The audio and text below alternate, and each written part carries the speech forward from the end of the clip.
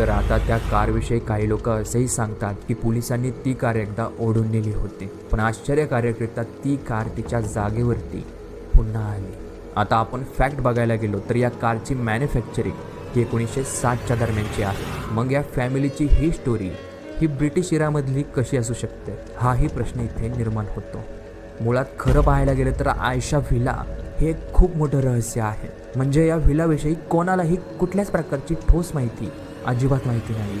पण एक गोष्ट मात्र नक्की जाणवते की इथे काहीतरी पॅरानॉर्मल आहे. कारण जितकेही लोक आत्तापर्यंत या व्हिलामध्ये गेले आहेत त्या प्रत्येकाला इथे निगेटिव्ह वाईब्स आल्या आहेत. त्या प्रत्येकाला असं जाणवलं आहे की आपण कुठल्या तरी वेगळ्याच ठिकाणी आलो.